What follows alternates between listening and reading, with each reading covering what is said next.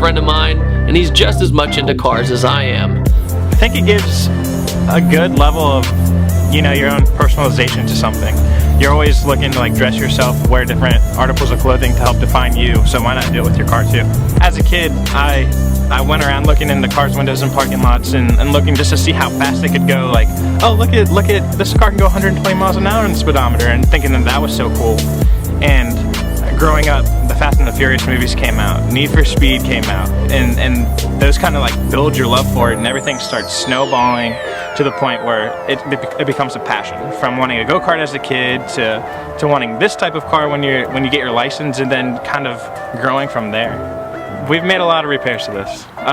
It was almost a lemon. I would almost say it was a lemon when I first got it. A few $1,000s in repairs when I got it. Is it justifiable? No. it was a bunch of crap, let me tell you. When I bought this, within 3 months I had to do $2,000 in repairs because of the computer going bad on it, because of them trying to figure out that the computer had gone bad and replace everything up to the computer going bad. But, I mean, in the end, it turned out to be not such a bad thing because I basically got a tune-up throughout it all. Conversation is definitely a little bit tougher to get started. You're always searching for a conversation rather than when you're with car people having something to talk about and being able to fluidly go into a conversation and have fun with it right away. At work, it's pretty cool because I have a buddy who is talking about how he wants to swap a D series for a B series because he wants to make like 200 horsepower or something around it. So we'll start talking about like, oh yeah, you need to upgrade your cams, or you need to swap this motor in, this one's a little better, make sure you go VTEC versus non-VTEC.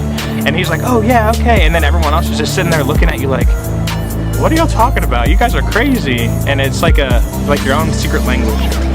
Why do you spend all this money? This is a Chucky Beat production.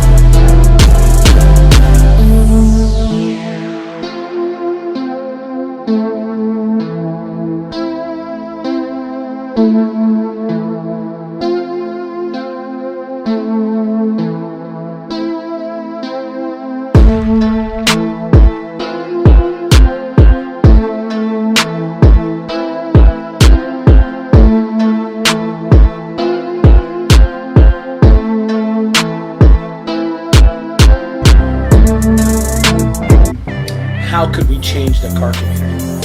Why can't we bring the community better? Every year I'm trying to bring more and more people together. It's how can we bring the JDM guys in with the European guys and put them together and make them friends? First, we could figure out exactly how many cars we can have in every class. The way it works is, so let's look at this class. These are the people who made it out of this class. There is a best function category this year. We changed best drift last year to best function this year. It really is stance, and stance is an opinion. You can't figure out, you can't say that one car is lower than the other and that means it should win. That's not exactly the truth. So Cameron was the last one to win our award. He won in Vegas. 15-inch barrel with Lexan and the whole thing. For this year, I don't have the... Stance Wars is one of those things, it originated here in Seattle, and but now we're starting to look at some other places to go. This year for Seattle, we've been planning for a year. We started a week after the event, and we continue to keep planning all the way through. Even though we have an event almost every month for other things, we still continually keep planning towards Seattle. So approximately 20 hours a week for 50 weeks a year.